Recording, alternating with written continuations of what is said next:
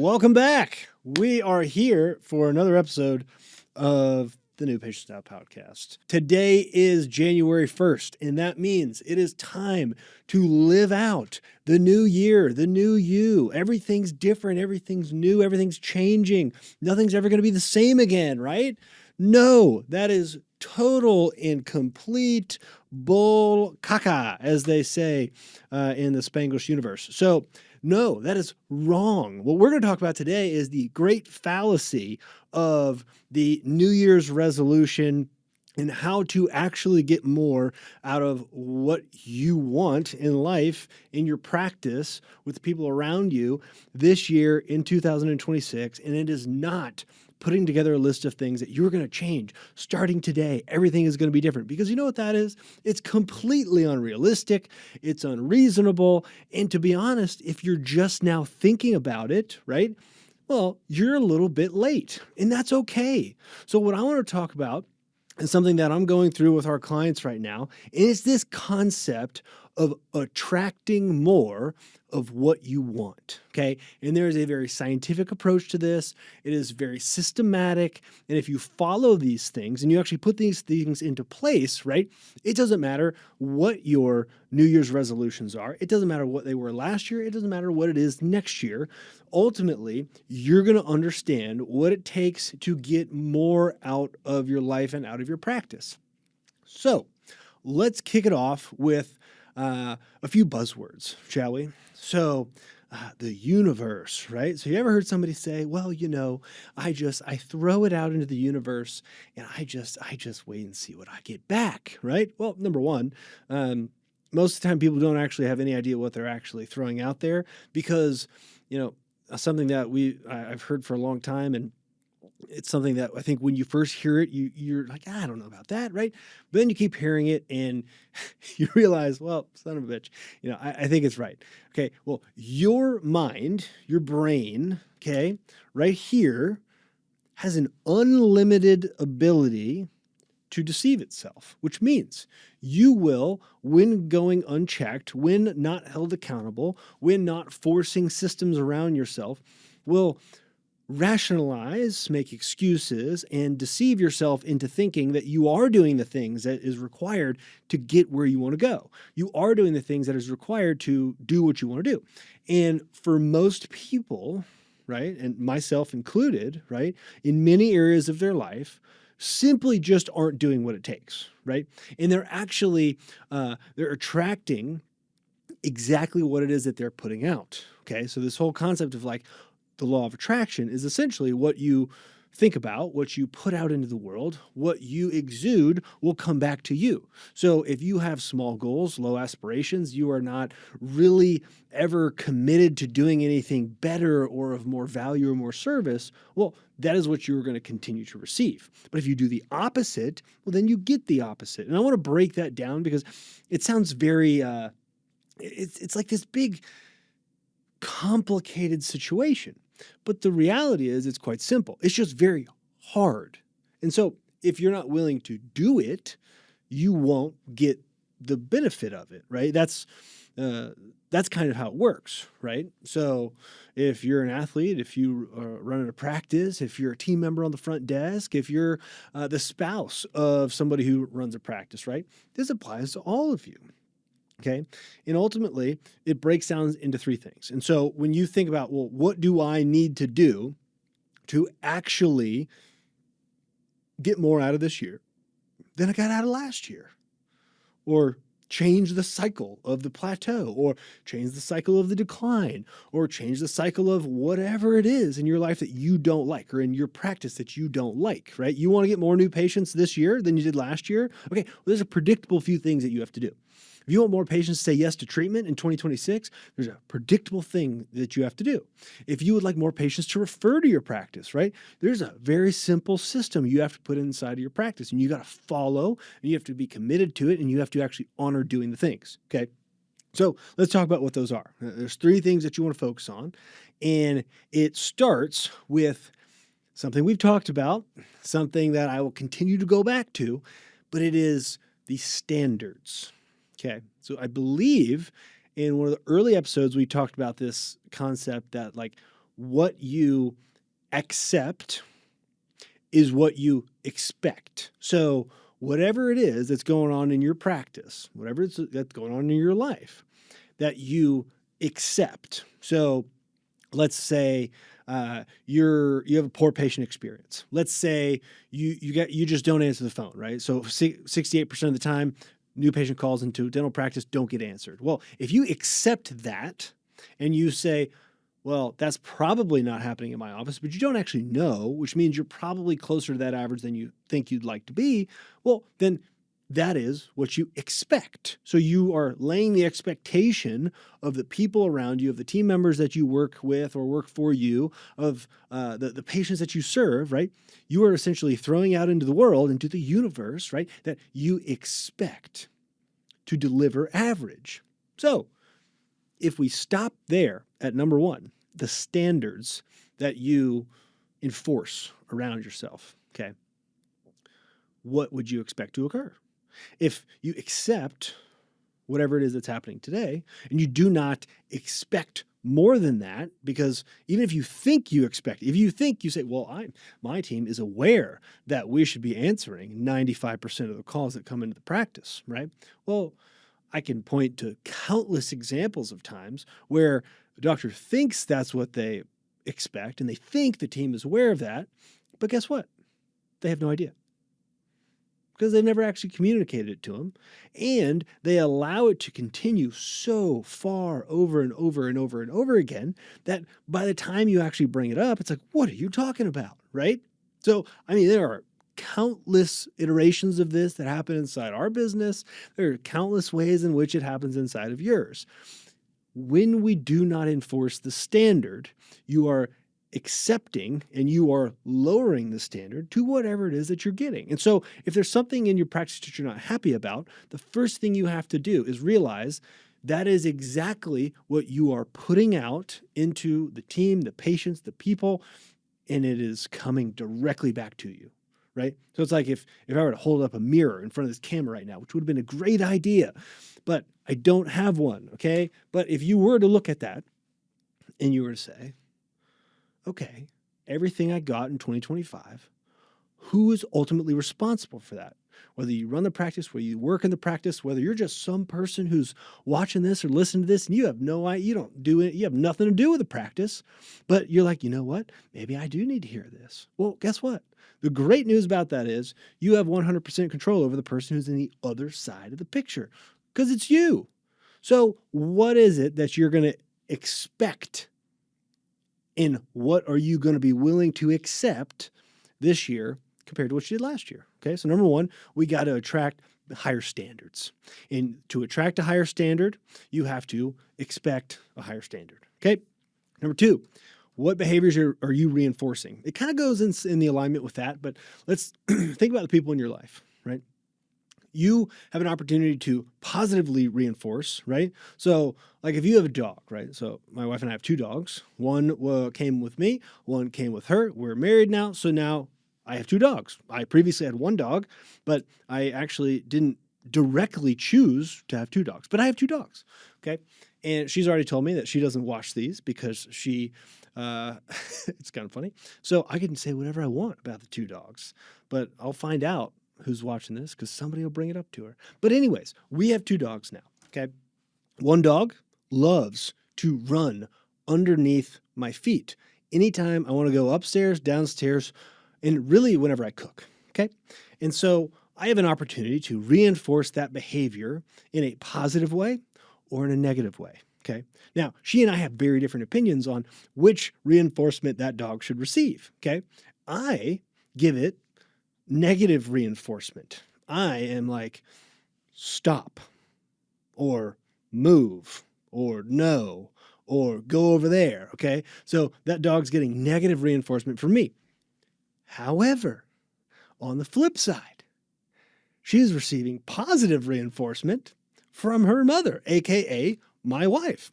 So she is receiving, oh, it's okay. Oh, she's so nice. Oh, she just wants to be close to us. And like the tone is different and everything. And so that dog, who ultimately is accountable to her, because, right, she came with her, but now we're like living together and all that stuff. So the dog is receiving differing reinforcements, okay, on the same behavior. So, how does that apply to you? How does that apply to your team? Because that example is easy because I'm giving my opinion. I am reinforcing a behavior in one way. She's doing it in another way. We are two different people in reinforcing the behavior in a different way. But have you ever noticed that you might actually reinforce behavior two different ways, even though you're the same person?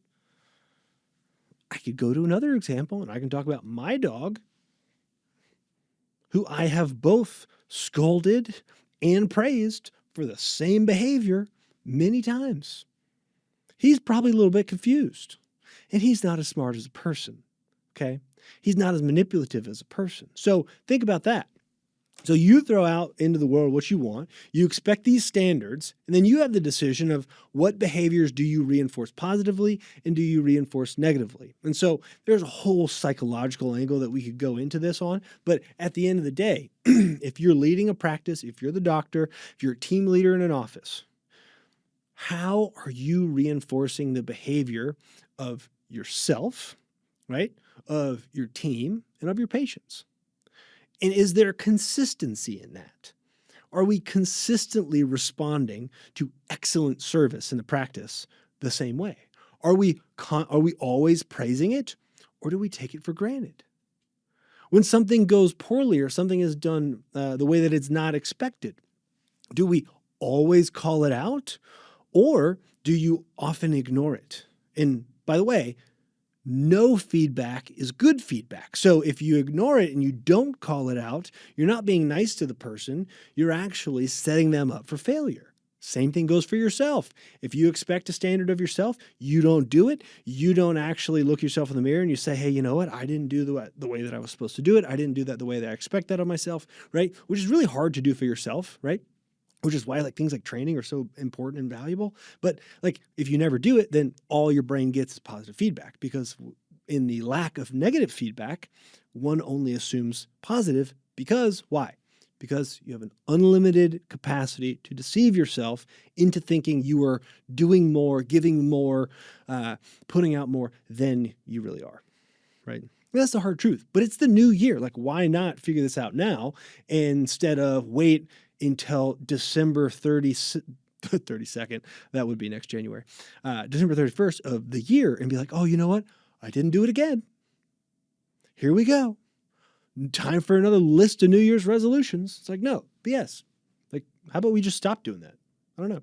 Just a thought. Okay, so you have to have the standards. Then you have to think about how you reinforce those behaviors. And then, okay, how can I systematize it? Because at the end of the day, right, it's a challenge. And if you don't put a system in place that is going to make sure that, number one, the standard is communicated, understood, well known, and then you're actually reinforcing the behaviors in a good way that are good and a bad way that are bad. And you can do this for yourself. You can do this for your team. You can do this for your family. Shit, you can do this for your dogs, right? I just walked you through an example with the dogs. Now, is everyone perfect? No. But that at least gives you a framework to correct yourself. And that's why that third component of the system is so important. Because with no system of commitment, then we can change what our standard is. We can change how we respond. We can change what is good and what is bad. You have to decide that now.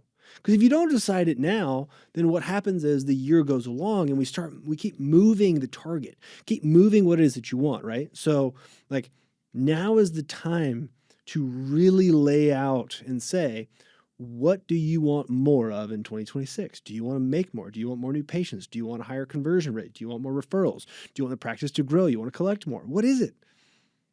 Because the good news is, on January 1st, you might be too late for a New Year's resolution. But the good news, you know what else? 50% of New Year's resolutions are done by Valentine's Day. So how about we take a little bit more time to actually decide what it is that you want and set the standard, decide how you're going to respond to those behaviors, good or bad, and work to put a system in place that actually holds you accountable to it. Because New Year's resolutions aren't 2-month things. Most people, it is. But for you, you want to attract more of the good things in your life. So like that might take 6 months, that might take 90 days, but you'll be in a better place at the end of the year. Okay. Now, kind of contrasting this a little bit, let's talk about what the opposite of attraction is. So if you think about a magnet, right? Well, there's, you can attract something. Or I guess the opposite would be like to repulse, right? To like push away, to, like to repulse. So I want to read something that I thought maybe you'll find interesting. I thought it was kind of interesting. So I was just doing a Q&A with a group of clients, and one of our trainers, Morgan, joined it with me. And she says, "Hey, Flint, have you asked ChatGPT about yourself?" Right? And I was like, "Huh, I don't know what that means." So she's like, "No, just literally ask it like, hey, based on everything like that I've plugged into it over the course of the year, ask it to like be brutally honest and give you feedback." And so I pulled it up, and it was pretty interesting. And I want to share something because when I think about what I need to do this year and where I need to elevate standards and where I need to lean in, this might be helpful for you. Okay, so I'll just read the highlights. Over index on thinking, under delegate authority. Use excellence as a weapon and a shield. I don't know what that means, but it gave me a little caveat. You tell yourself, it's faster if I just do it. You're harder on yourself than anyone else, but you hide it well.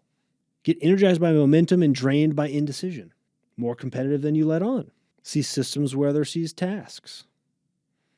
Get impatient with vague thinking. Like there's a ton of good stuff in here. So like honestly, right now, it may be the first of the year, but like jump, whatever you use, if you use ChatGPT or anything like that, and just ask it like, hey,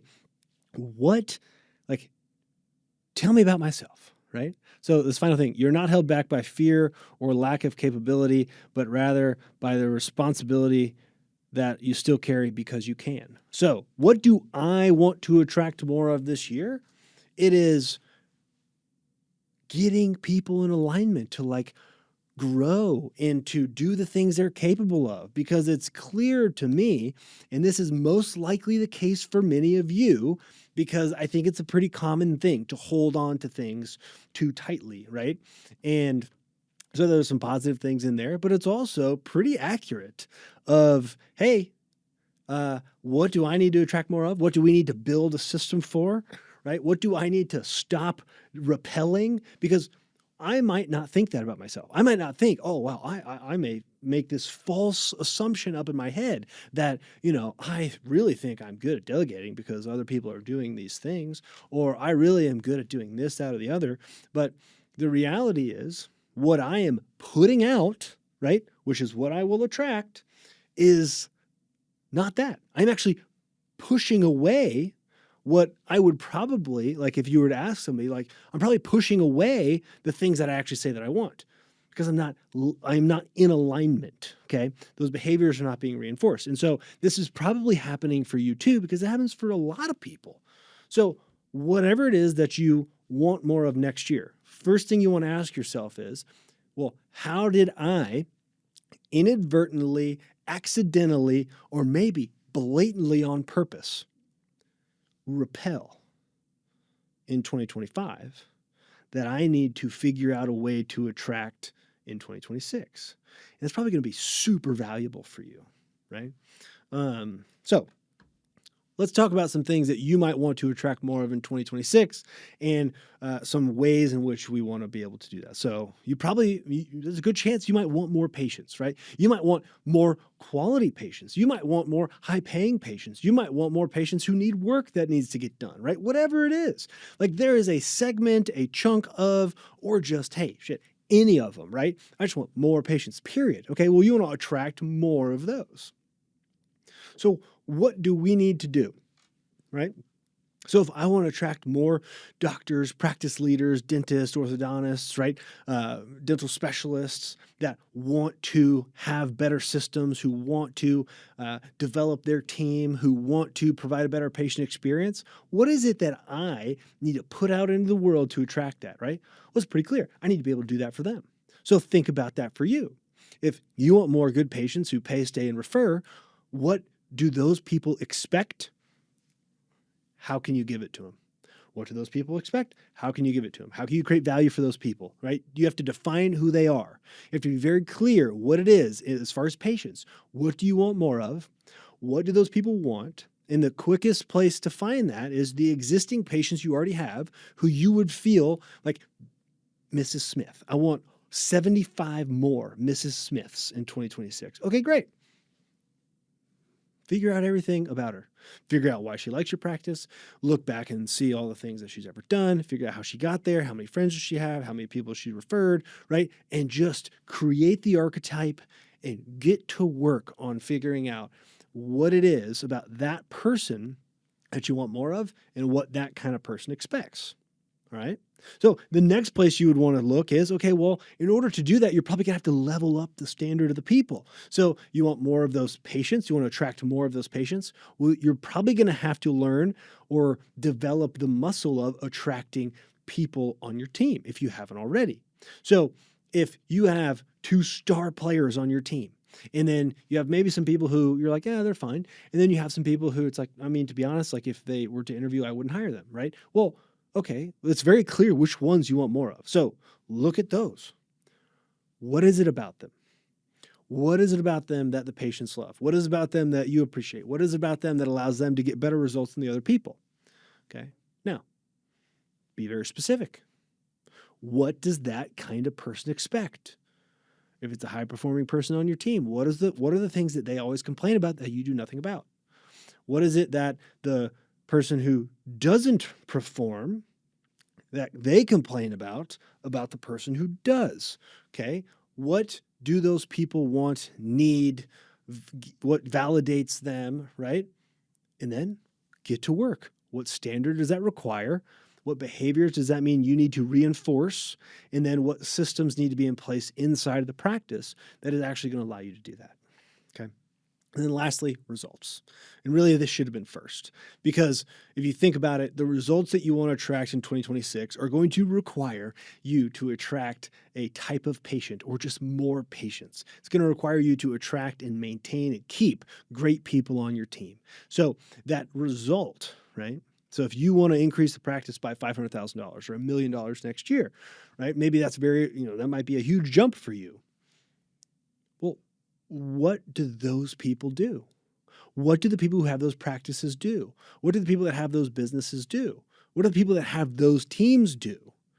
Because the easiest thing to do is just to find the archetype, find the model, do the thing that person or people are doing, see what happens. Because more often than not, like everything that you need to figure out has already been figured out. Unless you have the largest practice in the entire world, all of the problems that you have already been figured out. You just have to be able to go out and find the people who already know how to answer the questions and already know how to solve the problems and have already figured that out, which is awesome news. The challenge is most people don't look because they're so focused on just attracting more of what they're already getting that it like traps you in this thing that you already have. So, as we go into this year, it's January 1st as this comes out. This might be overwhelming, so I want to keep it simple. Okay. You need to make a few commitments to yourself right now at the beginning of the year. Don't get crazy. Just start with something, right? And here's the 3 things. Number 1, what area of your life in the practice or outside do you need to raise your standard? Okay. Where do you need to raise a standard? And if it just means you need to stop accepting the thing that you're doing today or making the excuse you're making today, then do that, right? Just pick one. Say, hey, we're going to elevate the standard of how we handle the phones. We're going to elevate the standard of how we handle the patient experience. I'm going to elevate the standard that I show up physically in the office, right? What do you decide? Okay. Number 2, remove one excuse. So this can be yours or it can be the team's. So if there's a recurring excuse of we can't find the person to blank, great. Every time you say that, it becomes more true. Every time you say we can't find good people in your town because your town is special and your town's different, it's like nothing like anywhere else in the world, which is total BS, by the way. You are creating it, which means you're attracting it, which means every single person around you is going to validate it, which means you're going to deceive yourself into the abyss, like literally. So figure out what it is for you. What's the thing you keep saying that you can't do, that you can't figure out, or whatever, and just like stop saying that for 30 days, and I bet it changes. All right. And then lastly, decide or pick something in your life that you're going to improve that you can track. So it's the beginning of the year. Okay. And you need to at least commit to 90 days. All right. So here's a few options. You can track how you improve the answer rate of your phones. You can track how you improve the conversion rate of your new patient appointment opportunities. You can track if you want to lose weight, right? Whatever it is, I don't care. Just pick something that you have a baseline of data for and decide you're going to improve it and track it every day for the next 90 days. If you just did that, you're most likely going to stick with that thing through the rest of the year. So think about what that needs to be for you, right? And it could be in the practice, it could be out of it. It really doesn't matter. Just decide to track it every single day. And I can promise you, you'll be in a better position with that one thing at the end of this year than you were at the end of 2025. And if you do that for 90 days, you will see progress. And progress is what gives you confidence, and confidence is what allows you to attract more of those things. And when you attract more of those things, you think you deserve more of those things. And if you can do that, it starts to compound, and it's pretty fun. And so I hope that for you in this new year. Thanks for listening. Appreciate everybody who's kind of gotten started on this with us. Excited to bring a ton more for you this year. If there's anything that you're curious about, that you want to hear about, that you want to learn more about as we bring these episodes to you every couple of weeks, please put in the comments. Let us know. We're always looking for more guests and people. So if there's somebody else you want to hear from on some of these topics, right, please put it in the comments. Let us know. Would love to bring as much value as possible to you in 2026. Thanks. Bye.